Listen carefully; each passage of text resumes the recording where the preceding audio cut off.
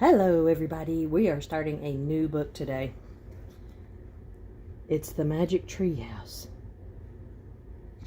Number 14, Day of the Dragon King. I can't wait.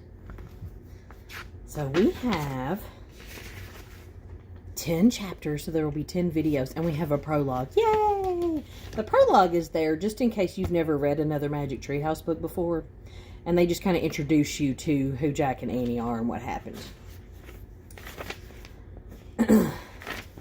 One summer day in Frog Creek, Pennsylvania, a mysterious treehouse appeared in the woods. 8-year-old Jack and his 7-year-old sister Annie climbed into the treehouse. They found that it was filled with books. Jack and Annie soon discovered that the treehouse was magic. It could take them to the places in the books. All they had to do was point to a picture and wish to go there. Along the way, they discovered that the treehouse belongs to Morgan Le Fay. Morgan is a magical librarian from the time of King Arthur. She travels through time and space, gathering books. In Magic Treehouse number 12, Polar Bears Past Bedtime, we didn't get to read that one. Jack and Annie solved the last of 4 ancient riddles and became master librarians. To help them in their future tasks, Morgan gave Jack and Annie secret library cards with the letters ML on them. You know what that stands for? Jack and Annie's first 4 missions as master librarians are to save stories from ancient libraries. When their first adventure ended, Magic Treehouse number 13, Vacation Under the Volcano, we've read that one. Morgan asked them to return to the treehouse in 2 weeks to go to China and save another story. Now the 2 weeks are over. Chapter 1. Got an itch. The Bamboo Book. Annie peeked into Jack's room. "Ready to go to China?" she asked. Jack took a deep breath. "Sure," he answered. "Bring your secret library card," Annie said. "I have mine in my pocket." "Yep," said Jack. He opened his top dresser drawer and took out a thin wooden card. The letters ML on it shimmered in the light.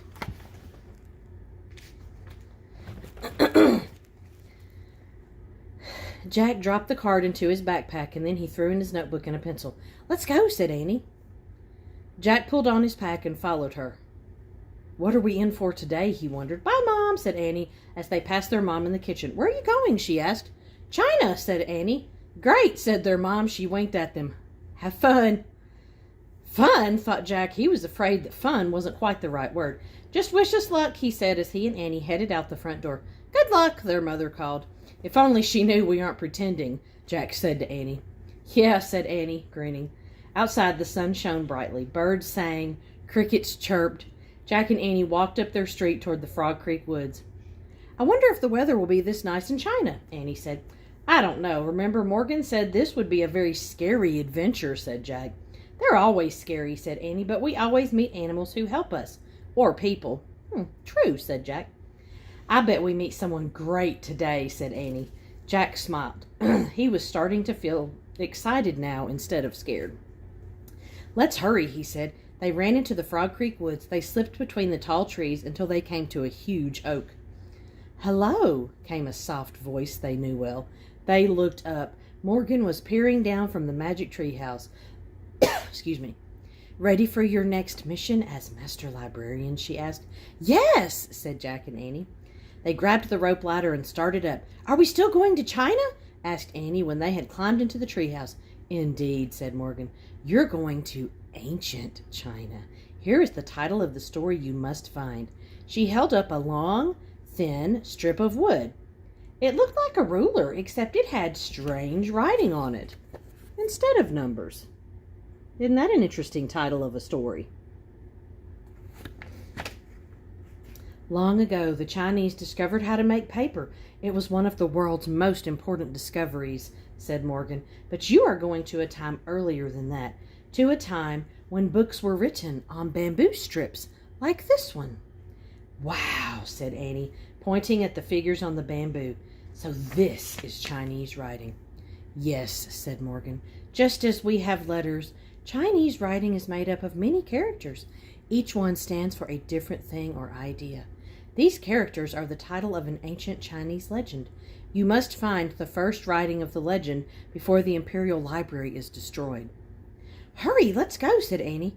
"Wait, we need our research book," said Jack. "Yes, you do," said Morgan. From the folds of her robe, she pulled out a book. On the cover was the title, The Time of the First Emperor. Morgan handed the book to Jack. This research book will guide you, she said. But remember, in your darkest hour, only the old legend can save you.